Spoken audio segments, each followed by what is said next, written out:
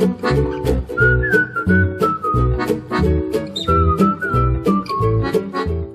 everybody, welcome back to another English lesson. Today we're going to be talking about the difference between to hear and to listen. This is a really common one that students sometimes mess up because not all languages have two different words for hear and listen, but English does, so we're going to cover that today. When do I use this one? When do I use the other one?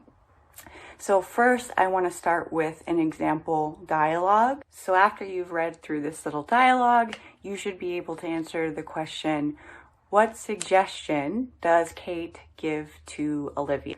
You can pause the video here.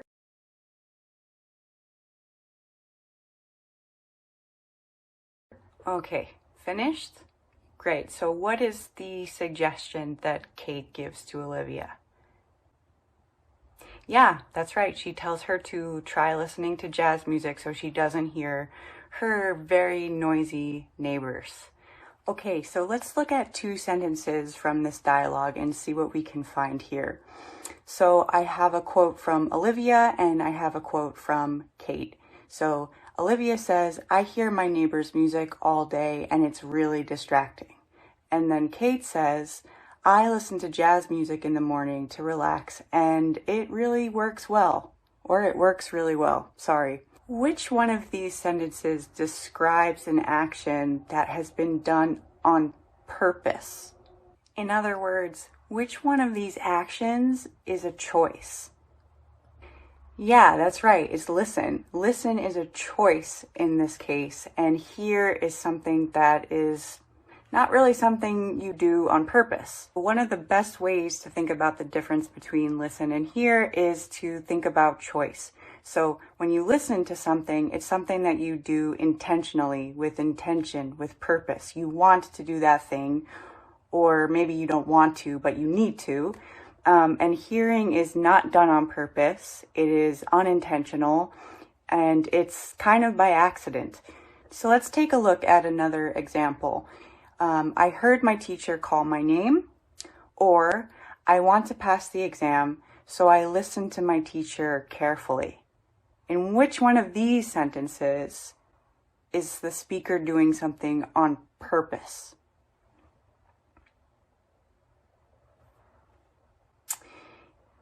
Yeah, that's right. It's the second sentence. The speaker wants something, so he needs to listen in order to do that.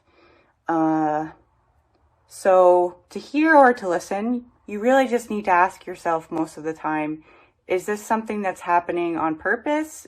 Is this a choice that the subject is making, or is it something that's just happening to the subject? The best way to describe this is voluntary, meaning done with choice, intentional, or involuntary, which means happening by accident, not on purpose.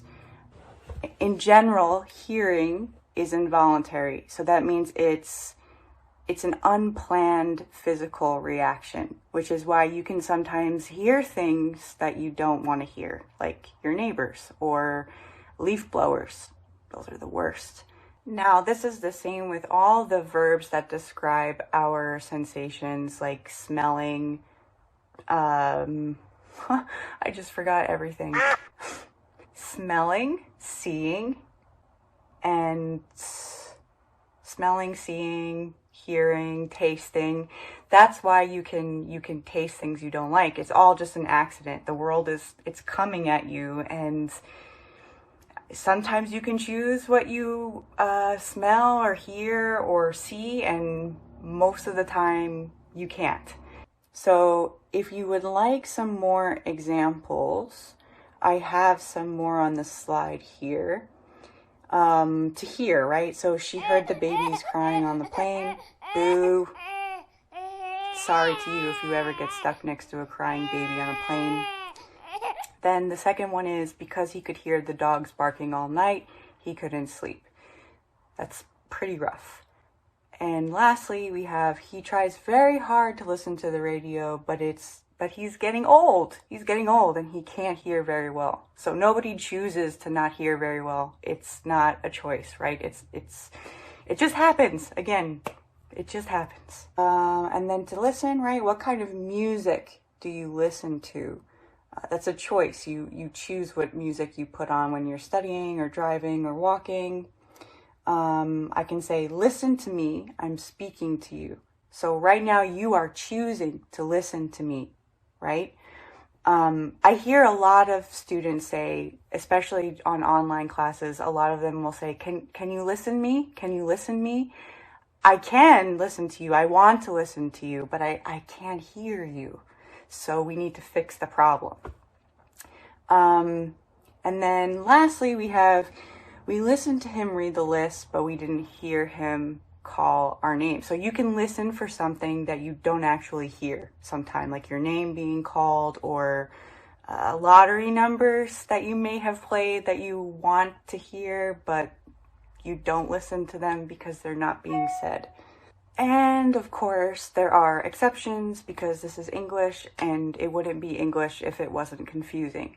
So one of the exceptions is that sometimes we can use hear to mean something very similar to listen to, but we normally only do this with a time expression attached to it. So for example, I heard a really interesting story on the news last night, or I heard a really funny joke 3 days ago, or I heard the Spice Girls play live 10 years ago. It was a lot longer than 10 years ago. That's a true story. Secondly, you can use hear to say, I understand, I hear you. If somebody's complaining and you want to show empathy, you want to sympathize with them, you can just say, oh, I hear you, or I hear that, it's hard. So today we learned the difference between to hear and to listen. So I hope that this lesson was useful for you, and I will see you in the next one. Thank you for listening. Bye. See you next time.